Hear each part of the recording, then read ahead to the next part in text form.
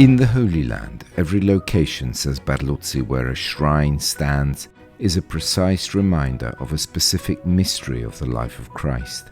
In the center of the choir of the basilica, a stone could be seen protruding slightly above the mosaic floor.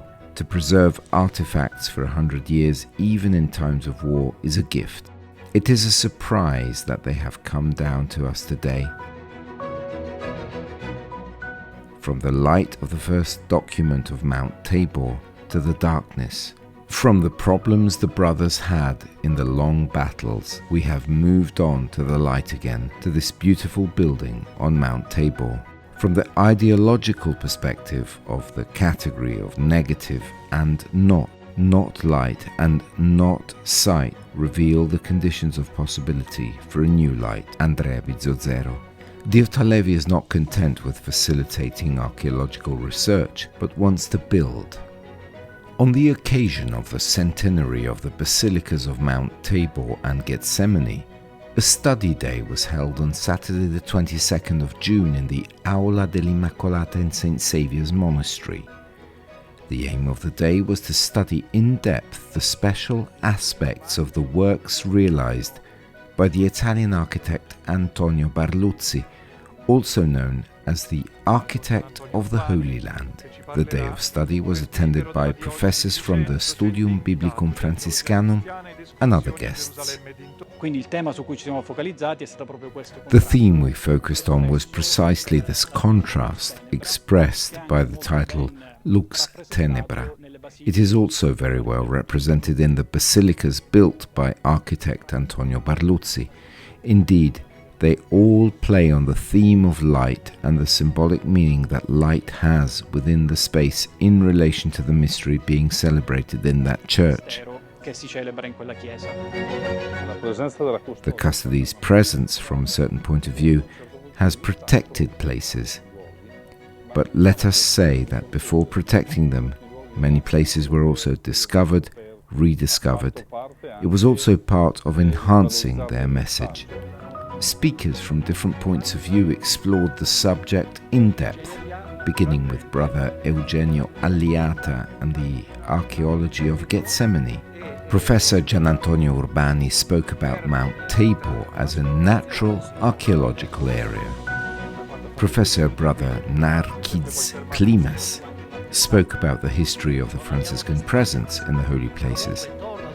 Via internet connection, Professor Francesco Buffon discussed Diotalevi and the custody at the beginning of the 20th century.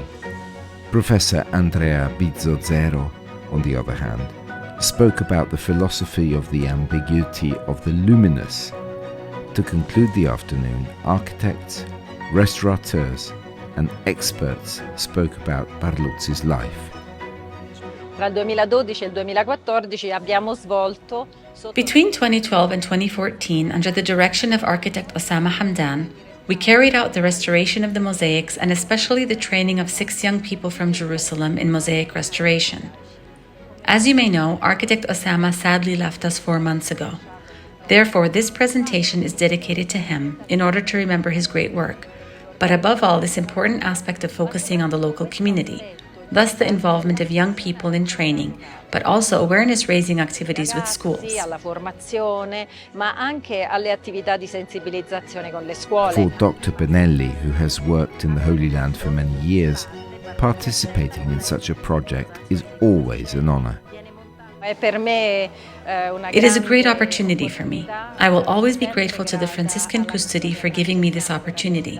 It is an extraordinary experience.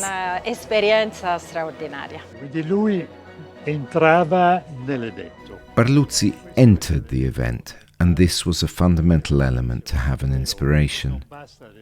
But it is not enough to have that if there is no other instrument. And in that case, he had an absolutely exceptional artistic sensibility.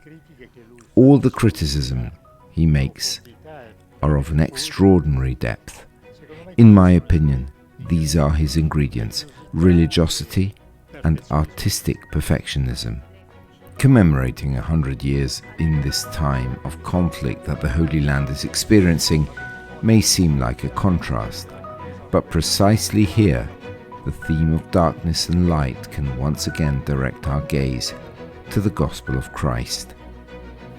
With the outbreak of war, we question the conduct of the centenary activities. However, the Basilica of Gethsemane and also the Basilica of Tabor were built at a time between the two world wars, at a time of great conflict, yet they also succeeded in channeling cooperation between nations towards the production of works of art and architectural masterpieces of great beauty that are still admired by thousands and thousands of visitors today. From architectural beauty to musical beauty, the Magnificat Institute offered a classical music concert conducted by Maestro Igor Frug at the end of the day.